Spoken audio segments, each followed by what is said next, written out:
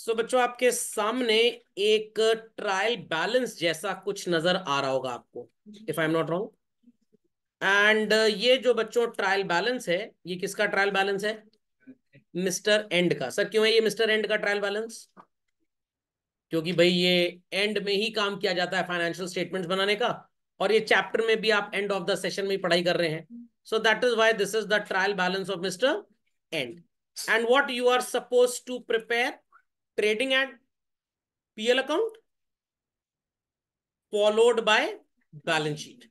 एक एक करके ट्रायल बैलेंस के आइटम्स देख लेते हैं and we'll find it out कि कुछ नया तो नहीं है। सो बच्चों स्टॉक है 50,000 रुपए का। Sales are given to us, sales return is there, purchase return is there, carriage inward carriage outward is there. Confuse मत होइएगा, return outward return inward are different things. Goods are coming back, goods are going back. when they are coming back it is return inward or sale return, debit aspect of accountancy. When it is going back, purchase return or return outward, it is credit aspect of accountancy. But as far as carriage inward and outward is concerned, children, both are belonging to the category of expenses. ई थोड़ा अच्छा बना नहीं है, सुंदर नहीं है। हाँ अब बढ़िया बना, एकदम मेच्योर स्टाइल में। समझ में आ गया? wages and salaries is there, printing stationery discount allowed received, depreciation is there, building trade expense, capital bill receivable, bills payable। और बाहर क्या इंफॉर्मेशन दी है बच्चों? Closing stock. सबको नजर आ रहा है? तो अगर मैं आपसे बोलूं कि भाई ट्रेडिंग एंड पीएल झटपट बना लीजिए, तो शायद हर बच्चा बोलेगा हाँ सर बना लेंगे, कोई प्रॉब्लम की बात नहीं है। Will everybody be able to prepare a trading and PL account? चलिए, तो जिनके पास वर्कबुक है उनके पास तो ये चीज ऑलरेडी है, जिनके पास नहीं है नॉट टू वरी, वो अपनी बढ़िया वाली कॉपी में जो आपके पास है उसी कॉपी में झटपट चिल्ड्रन एक फॉर्मेट बना लें, और इसी फॉर्मेट को देखते हुए थोड़ी सी एडिटिंग करूंगा मैं। ऊपर एट द वेरी बिगनिंग लिख गया है 31 मार्च 2021 चिल्ड्रन, बट इसको आप ठीक कर लें थोड़ा, तो इस गलती को थोड़ा सा ठीक कर लेंगे, 2002 कर लीजिए चिल्ड्रन। चलिए सब लोग अपनी कॉपी में ट्रेडिंग एंड पीएल अकाउंट बनाए तुरंत। तो चलिए बच्चों चलते हैं और बनाते हैं इसका what is called as trading and PL account. First and foremost what do we put in trading account children? Opening stock. Very good. So we'll be putting what is called as to opening stock account. जरूर लिखिएगा। The value is बच्चों 50,000 rupees. चलिए very good. There after we have children purchase less purchase return. So कहां पे लिखते हैं? सबको पता होना चाहिए। Purchases the value is children 2,45,000 less purchase return. Full form लिखिएगा नहीं तो नंबर भी शॉर्ट मिलेंगे। इट्स 2,40,000। बताया था ना हम पांच। Opening stock, purchase less purchase return on the debit, sales less sales return, closing stock on the credit and direct expenses again on the debit. चलिए बच्चों, then credit side we'll be putting sales minus sales return. What is the value of sales in the question? 2,90,000। और less कर देंगे बच्चों what? Sales return 10,000। हाँ भाई किसी ने कुछ पूछा? अच्छा रिकॉर्डिंग ऑन है, चल रही है, टेंशन लेने की जरूरत नहीं है। लोगों को बहुत चिंता रहती है क्लास में लेक्चर रिकॉर्ड हो रहा है कि नहीं हो रहा है। चलिए भाई, तो लगभग मेरे 950 लेक्चर अपलोडेड हैं, टेंशन लेने की बात नहीं है। मेरा टारगेट है 2025 कंप्लीट होने से पहले ये लिमिट 1000 से क्रॉस कर जाएगी। खैर ये क्रॉस जुलाई 2024 तक ही कर जाएगी। हाँ बच्चों, और उसके बाद क्या लिखते थे क्रेडिट साइड में? Closing stock account. चलिए, तो कुछ लोगों को तो जैसे वेंटिलेटर का सहारा रहता है जीवन में हॉस्पिटल में, वैसे ही रिकॉर्डिंग का सहारा रहता है। हाँ भाई लिख दिया सबने? अब चलते हैं डायरेक्ट एक्सपेंसेस की तरफ बच्चों। Carriage inward is a direct expense?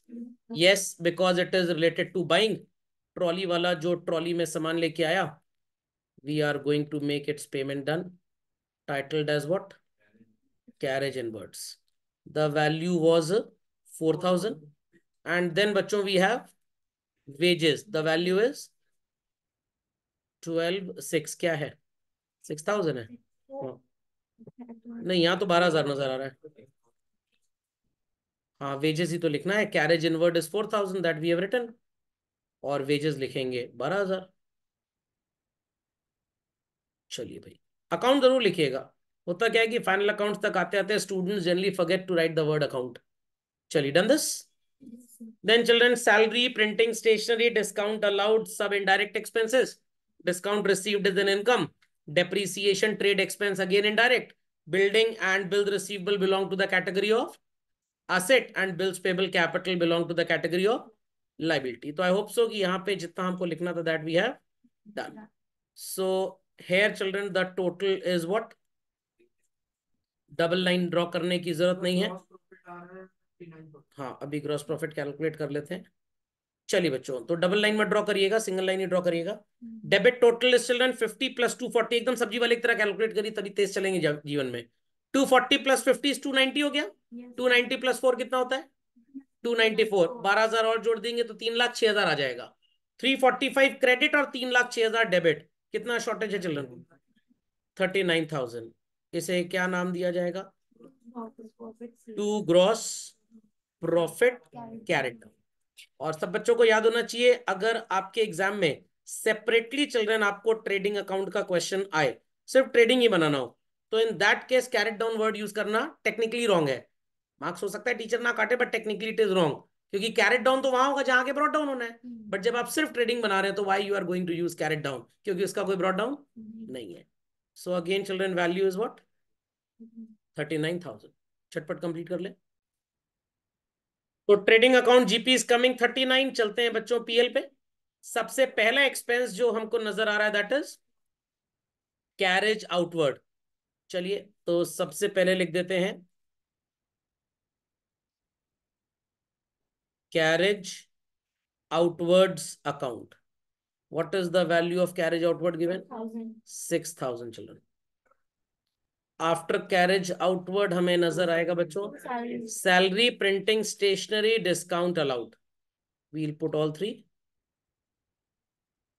salaries, after that children printing and stationery, and then we had discount allowed.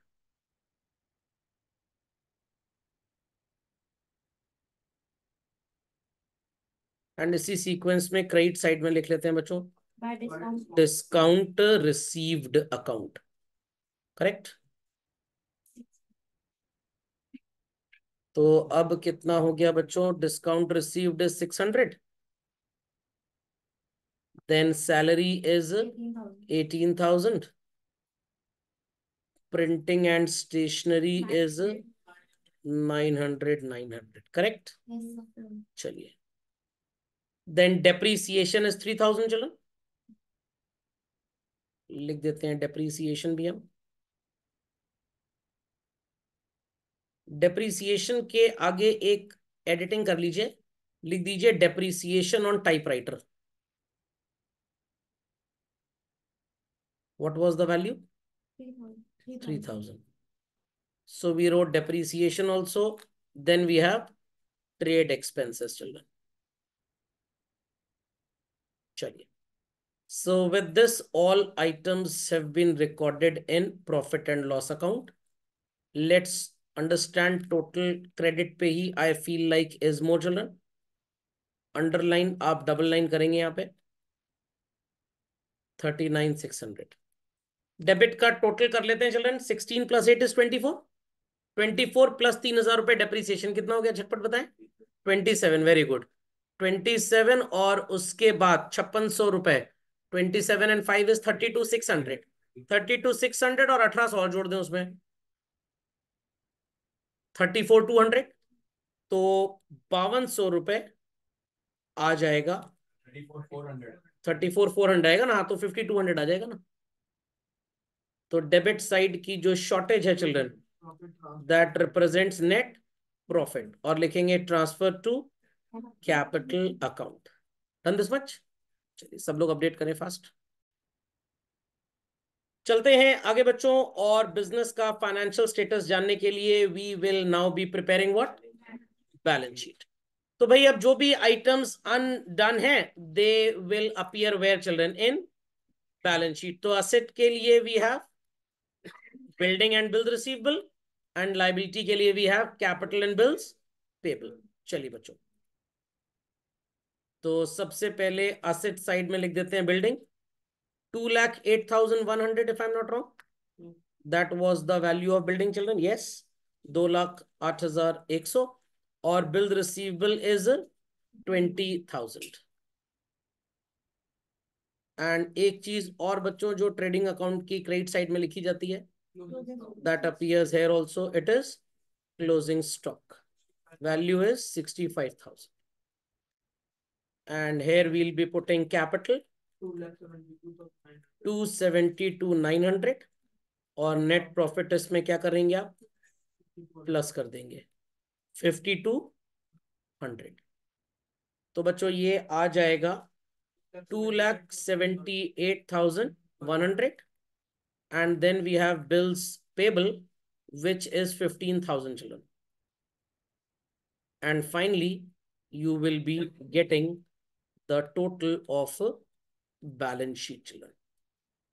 तो ये आ जाएगा शायद 2,93,100 and here also it is 2,93,100. अब बच्चे कहेंगे सर ये तो हमको आता था, क्यों हमारा टाइम वेस्ट किया जा रहा है? टाइम वेस्ट इसलिए किया जा रहा है कि आज जो हम अपना नया चैप्टर स्टार्ट करने वाले हैं उस चैप्टर में सो कॉल्ड कुछ बहुत इंपॉर्टेंट चीजें हैं जिसको समझने के लिए children we need to do this practice.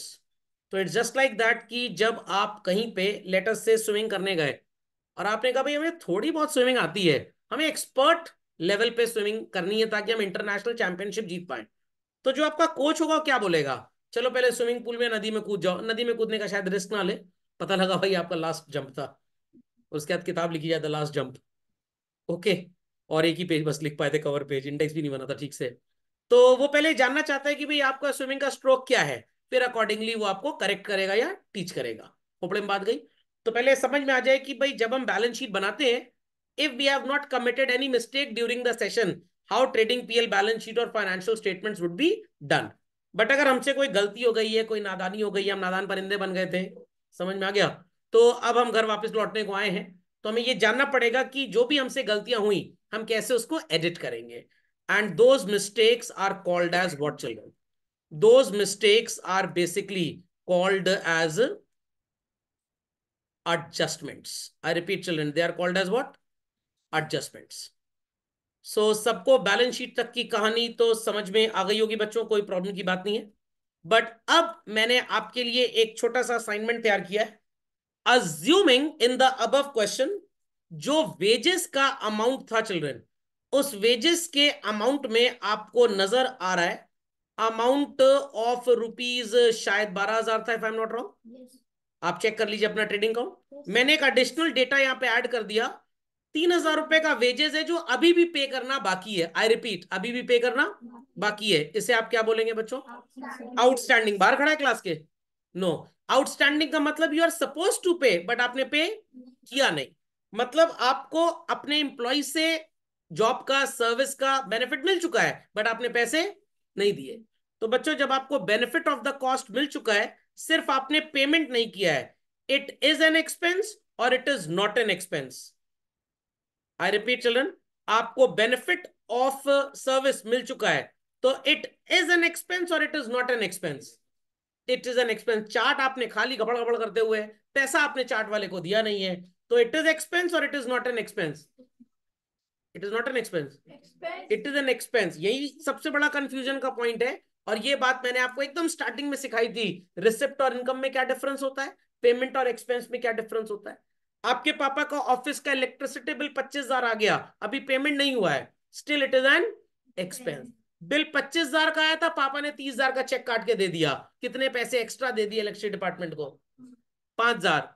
But bill कितने का था? 25 का। इलेक्ट्रिसिटी कितने की कंज्यूम की? 25 की। तो एक्सपेंस की डेफिनेशन में 25 आएगा बट पेमेंट में कितना आ जाएगा?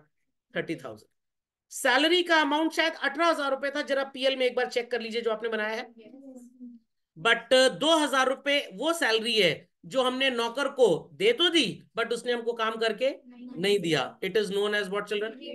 Pre paid salary. वो 18 लेके गया बट 2,000 इसके अंदर एडवांस है उसका, काम कितने का करके दिया? सिर्फ 16,000 का। हम पीएल में कितना लिख के बैठे हैं?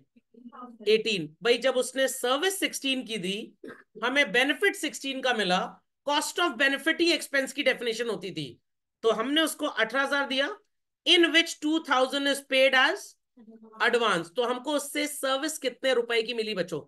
16 की। तो हमारे एक्सपेंस की डेफिनेशन में कितना आएगा? ओनली 16, बट हम उसे कितना पे करके बैठे? 18। तो अगर आपका एक्सपेंस 16 है तो आपको पीएल में भी कितना लिखना चाहिए वैलिडली? 16। आप कितना लिख के बैठे हैं? 18। सर अभी तो आप कह रहे थे 18 लिखना, अब आप कह रहे हैं 16। अब मैंने एक अजम्पशन ले लिया है कि उस 18 के अंदर 2,000 एक्स्ट्रा है, तो हमारा करेक्ट एक्सपेंस कितना हुआ बच्चों? 16। हम कितना लिख के बैठे? 18। तो जब आप ज्यादा एक्सपेंस लिख लोगे तो आपके एक्सपेंसेस का मैग्नीट्यूड बढ़ने की वजह से your profit will go down. Come profit पे सरकार को टैक्स भी कम मिलेगा और आपको जेल में रहने का मौका ज्यादा मिलेगा। तो जिनको जिनको जेल जाना है वो इस चैप्टर को बिल्कुल ना पढ़े जीवन में अपने, और जिनको जेल नहीं जाना है वो इस चैप्टर को जरूर पढ़ लें। 10,000 के गुड्स उधार में खरीदे। सर लेफ्ट अनरिकॉर्डेड मतलब राइट रिकॉर्डेड? राइट साइड में रिकॉर्डेड था, लेफ्ट में अनरिकॉर्डेड था। अरे लेफ्ट अनरिकॉर्डेड मतलब आप भूल गए।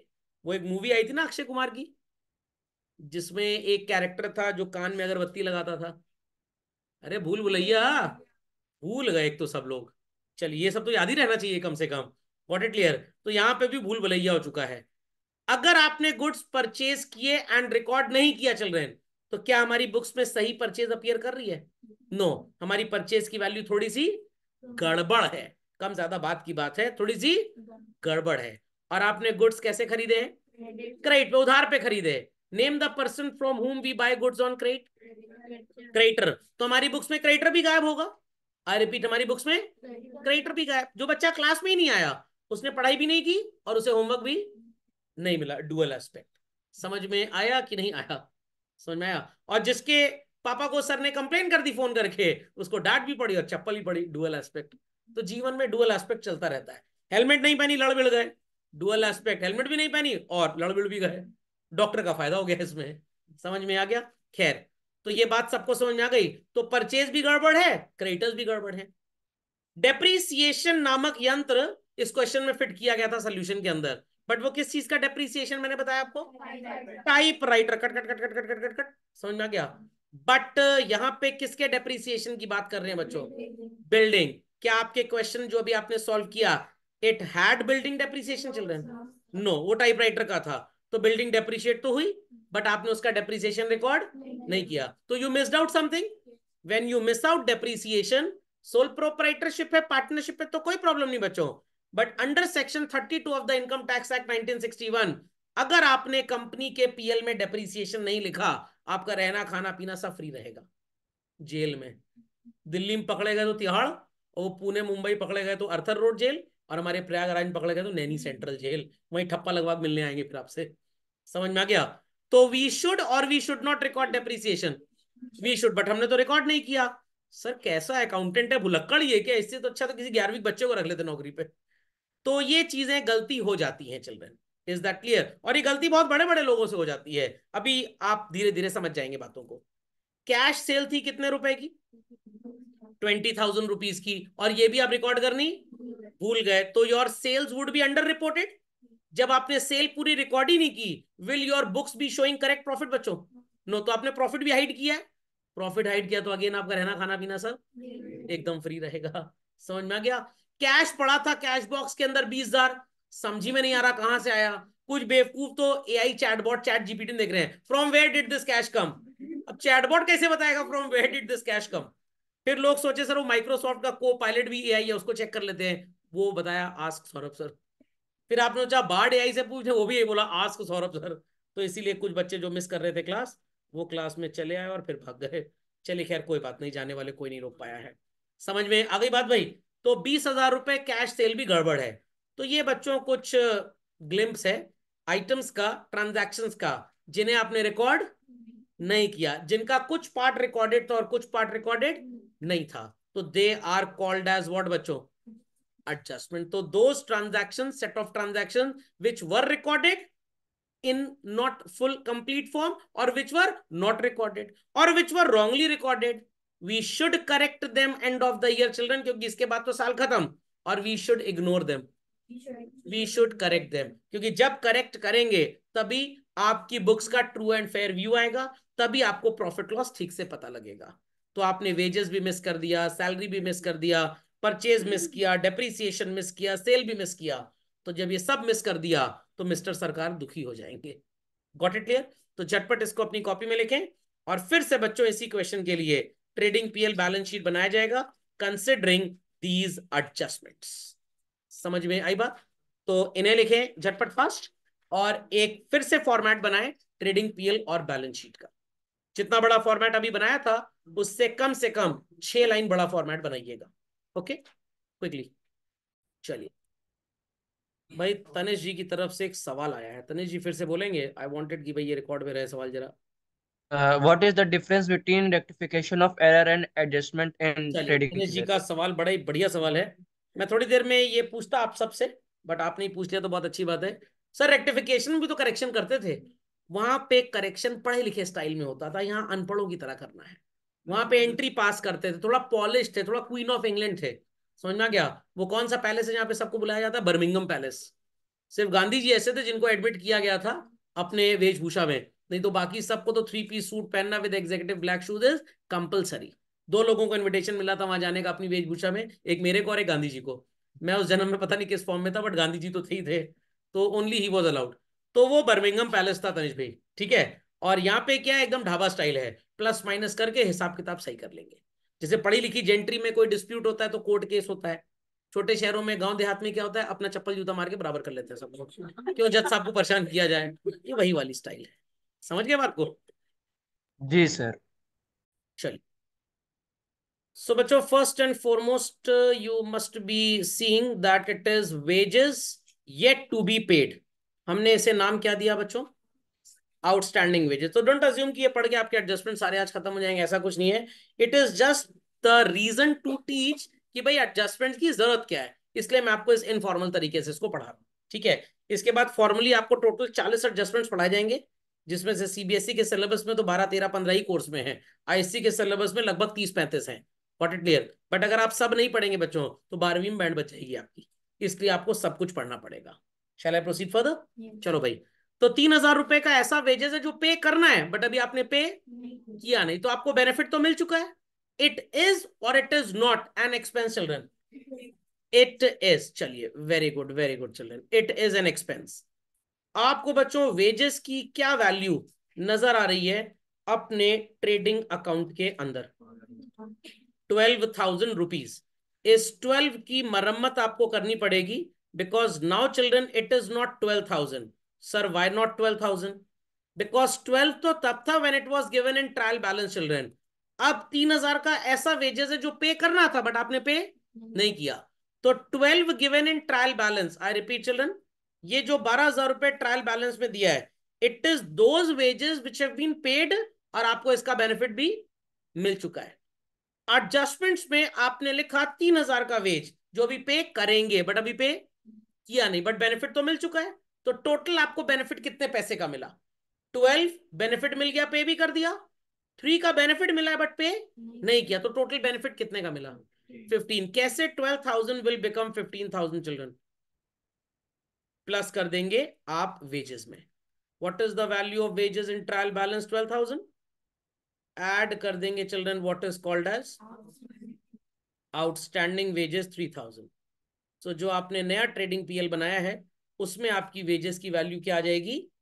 15,000 रुपए। समझ में आ गया? अभी लिखने की जरूरत नहीं है, पहले सुन लीजिए। नेक्स्ट चिल्ड्रन, सेकेंड एडजस्टमेंट में सैलरी लिखा है। Salary is an item of trading account और पीएल अकाउंट, तो अभी आप इसको छोड़ दीजिए, अभी तो हम ट्रेडिंग की बात कर रहे हैं। देन गुड्स बॉट, परचेज है, purchase is an item of trading account, very good. So आपने गुड्स तो खरीदे बट आपने रिकॉर्ड नहीं किया। जब बच्चों रिकॉर्ड ही नहीं किया तो ये जो 245 की परचेज है, is it the updated value? No. तो भाई सॉफ्टवेयर अपडेट करना पड़ेगा तभी ठीक से काम करेगा। अगर 10 की परचेज की बट रिकॉर्ड नहीं किया, क्या ये सही परचेज है? नो। तो correct purchase should be somewhat more. कैसे बढ़ाएंगे बच्चों उसको? ऐड करके। Very good, very good. So the new value of purchase will be calculated how? Let's see children. So what was the old value of purchase given to us? Very good. What was the amount of purchase return, children? 5,000. Got it clear? And unrecorded कितना था बच्चों? 10,000. चलिए. So now the value of purchase would be what? 2,50,000. अभी तक आपके दिमाग में एक बात बस गई होगी, when there are so much changes in the items of trading in PL, क्या आपका ग्रॉस प्रॉफिट नेट प्रॉफिट वही आएगा? नो. तो पहला नीड फॉर एडजस्टमेंट तो समझ में आ गया, to know correct amount of profit और लॉस. दूसरा, to have complete record of all the transactions. Then children, depreciate building. Building is an item of trading और पीएल? पीएल. तो इसको भी अभी आप भूल जाइए. सेल कहां का आइटम है children? Trading count. Cash cell है बट आपने अभी तक रिकॉर्ड नहीं की. अगर आप कैश सेल को रिकॉर्ड कर लेते तो आपकी सेल की वैल्यू थोड़ी सी बढ़ जाती. Very good. तो आपके पास सेल का जो अमाउंट इस समय है बच्चों, दैट वाज 280. That was 280. तो वी शुड और शुड नॉट करेक्ट दिस? चलिए, what is the value of sales in the trial balance? 290 बच्चों. क्या था चिल्ड्रन आपका सेल रिटर्न? 10,000. चलिए, and what was the amount which was unrecorded बच्चों? 20,000. चलिए, अनरिकॉर्डेड इज 20. तो 290 में 10 माइनस कर दीजिए और 20 ऐड कर दीजिए, तो कितना आ गया? 3 lakh. What is 3 lakh plus 65,000? Very good. और देखते हैं कुछ चेंज आया कि नहीं आया. डेबिट इज अगेन सब्जी वाले की तरह कैलकुलेट करिए. 50 plus 250 is 3 lakh. 3 lakh plus 4,000 plus 15 is 319. Debit total 3,19,000 and credit total is 3,65,000. Which side is short? Debit. And which side was more? Credit. Income ज्यादा, expense कम, तो it is gross profit. Difference कितना आएगा बच्चों? 46,000. तो सबको समझ में आ गया what is the importance of adjustments? Children, understood everybody what is the importance of adjustment? चलिए, तो सब लोग झटपट जरा इसको कंप्लीट कर ले. ट्रेडिंग अकाउंट नया वाला सब लोग बना लें. अंडरस्टूड? इसके बाद ऐसे ही पीएल पे रिसर्च करेंगे.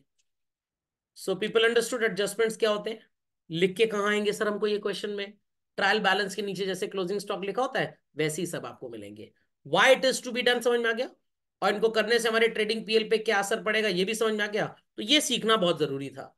तो अगर मैंने इस तरह का एग्जाम्पल ना लिया होता तो ये राज मेरी मृत्यु के साथ हमेशा जीवन में दफन हो जाता. तो इसलिए ये जानना बहुत जरूरी था. चलिए बच्चों, तो लेट्स सी कि हमारे पीएल के आइटम्स में कोई change. Then we have children salary ₹2,000 paid in advance. सबको नजर आ रहा है? Salary 2,000 paid in advance. तो 2,000 रुपए सैलरी है जो आपने एडवांस में पे कर दी, मतलब आपको इसका बेनिफिट नहीं मिला. What is the amount of expense on salary that is shown in trading account children? 18. But 18 में 2,000 रुपए तो ऐसा है जो आपने पे तो करना था और आपने पे भी किया बट आपको बेनिफिट नहीं मिला. तो बेनिफिट कितने का मिला? 16. How you will record your expense now children? 18 और 16? 16, बिकॉज 2,000 तो फालतू में आपने दिया जिसका कोई बेनिफिट मिला ही नहीं. बट ट्रायल बैलेंस में आपको सैलरी नजर कितनी आ रही है? 18. How this 18 will become mathematically 16 children? Minus. So we'll be putting to salaries account how much? 18,000. और इसमें लेस कर देंगे what is called as prepaid salaries. How much? 2,000. What is 18 minus 2? 16. So credit में GP brought down followed by discount received, and debit में carriage outward, salary less prepaid followed by printing and stationery and discount allowed. यहां तक आप लिख लीजिए. Don't write depreciation because उसमें थोड़ा सा चेंज है. Moving ahead children, depreciate building. आपने डेप्रीसिएशन रिकॉर्ड तो किया था बट किसका किया था? टाइपराइटर का. अब किसका बोला जा रहा है? बिल्डिंग. डेप्रीशिएट हुई बट आपने रिकॉर्ड नहीं किया. It's an item of expense. तो अगर आप बच्चों इसको रिकॉर्ड नहीं करेंगे तो what will happen? some expenses in the name of depreciation would get ignored from the books. I repeat, would get ignored. Is it a correct accounting practice? No. So let's see building की value क्या नजर आ रही है हमको trial balance में. 2,08,100. 10% would be 20,810. तो depreciation में आपको चेंज करना पड़ेगा. So now we are going to record two values of depreciation children. एक तो हमारा पुराना डेप्रीसिएशन, तो I be putting it like this: depreciation on typewriter and depreciation on buildings. Typewriter पे कितना है चिल्ड्रन? 3000. और इस पे है 20,810, 23,810 रुपीज. अंडरस्टूड. ट्रेड एक्सपेंसेस नहीं नहीं, किसी भी मेथड से आप निकाल सकते हैं. यहाँ पे मेथड का कोई काम थोड़ा हमको. क्यों? 2,08,100 पे तो सेम ही आएगा ना, किसी मेथड से निकालो. सक्सेसिव ईयर्स में होगा तब डिफरेंस आएगा. चलिए, लिख दिया depreciation children. I hope so हमने सिंगल एस्पेक्ट चिल्ड्रन इन सारे एडजस्टमेंट्स का कंप्लीट कर लिया. तो एक एस्पेक्ट कंप्लीट हो चुका है. Now we'll be doing the second one. और प्लीज इस बात को रटिएगा मत, that one aspect gets completed in trading PL, other one is balance sheet. ये जरूरी नहीं है, ये एडजस्टमेंट टू एडजस्टमेंट डिफर करेगा चिल्ड्रन. चलिए, यहां तक की कहानी सबको समझ में आ गई चिल्ड्रन? यहां तक की कहानी सबको समझ में आ गई? चलो तो देखते हैं क्या आएगा आंसर. अब नेट प्रॉफिट आ रहा है कि net loss, and accordingly we'll prepare balance sheet. Ready है सब लोग? चलिए बच्चों, let's understand. Debit side is 16 plus 6 22,000 plus 900 and 900 is 1,800, 23,810 and 5,600. Debit total is more children, 53,210 rupee, and credit is short. So last time we were getting net profit, but अब हमारा profit नहीं आएगा, rather क्या आएगा? Loss. So we'll be putting by net loss transferred to capital account. So 53,210 में 46,600 minus कर देंगे. चलो, 6,610 is the amount of loss. आ गया सबका आंसर भाई? Understood how to record adjustment children? ये इंपॉर्टेंट नहीं है इतना, ये ज्यादा जरूरी है समझना, why to record adjustments. Got it? Profit used to be added in capital. बच्चों नेट लॉस को क्या करेंगे? माइनस कर देंगे 6,610. तो आपका जवाब क्या आएगा ये भी देख लेते हैं झटपट, क्योंकि 99% बच्चा एडजस्टमेंट्स में गड़बड़ी करता है. सोचता है बस 11वीं पास ही करना है, तो एडजस्टमेंट पढ़े ना पढ़े क्या फर्क पड़ेगा. मौत आती है 12th में चिल्ड्रन. 2,66,290. Done this. अब बच्चे कहेंगे सर बैलेंस शीट टोटल कर लेते हैं. Dual aspect, everybody remembers? तो half glass is full, half is waiting. भाई पेसिमिस्ट कुछ और बोलेगा, ऑप्टिमिस्ट कुछ और बोलेगा, तो आपको ऑप्टिमिस्ट बनना है. आउटस्टैंडिंग वेजेस, अगर मैं आपसे पूछूं बच्चों असेट है या लाइबिलिटी है, तो आपका प्रश्न का जवाब क्या होगा? Very good, it's a liability. Prepaid salary children, very good. Goods आपने खरीदे थे क्रेडिट पे, बट रिकॉर्ड करना भूल गए, तो एक तो आपने परचेज ठीक कर लिया. अगर जर्नल एंट्री आपसे पूछी जाए कि गुड्स बॉट ऑन क्रेडिट की क्या होती है, what would be your answer children? Purchase to creditor. तो परचेज में तो रिकॉर्ड हो चुका है, where it needs to be recorded? Very good, creditors में. तो creditors also belong to the category of what children? Liability.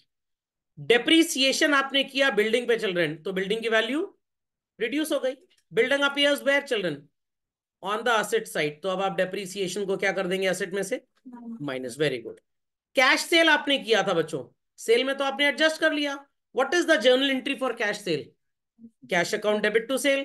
तो element of cash is to be represented where? Asset. तो मैंने आपको ब्रह्मास्त्र दे दिया कि जब भी आप एडजस्टमेंट पढ़ेंगे आने वाले टाइम में, and whensoever you feel like there is any confusion, any adjustment, simply in your brain put it journal entry. आपको समझ में आ जाएगा कहां पे कील ठोकना है पेंटिंग टांगने के लिए. नहीं समझे बात को?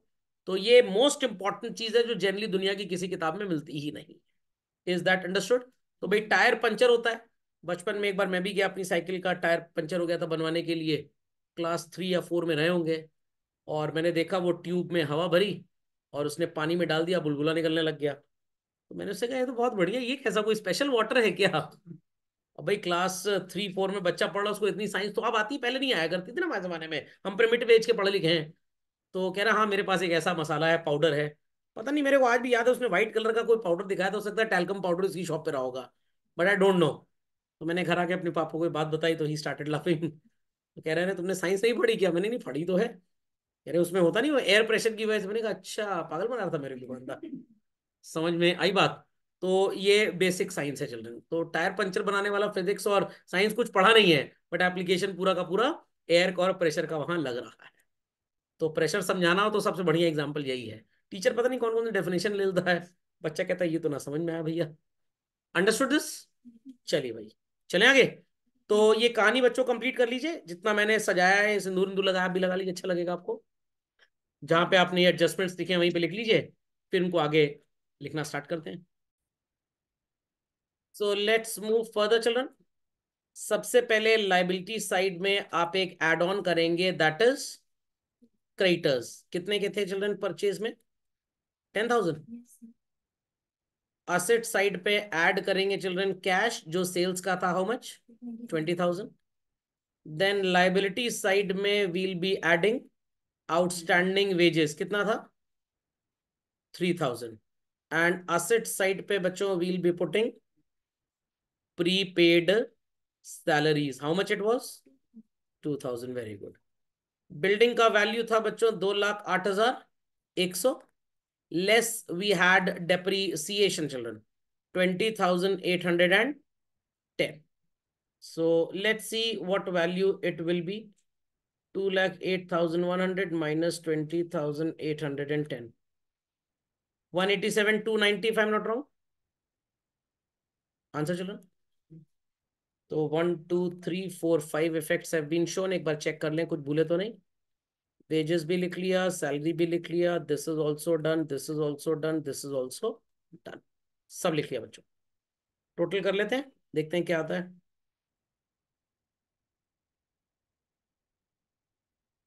It's 294,290. So children, just a couple of transactions made the whole story different, और यही वजह है क्यों adjustments रिकॉर्ड किए जाते हैं।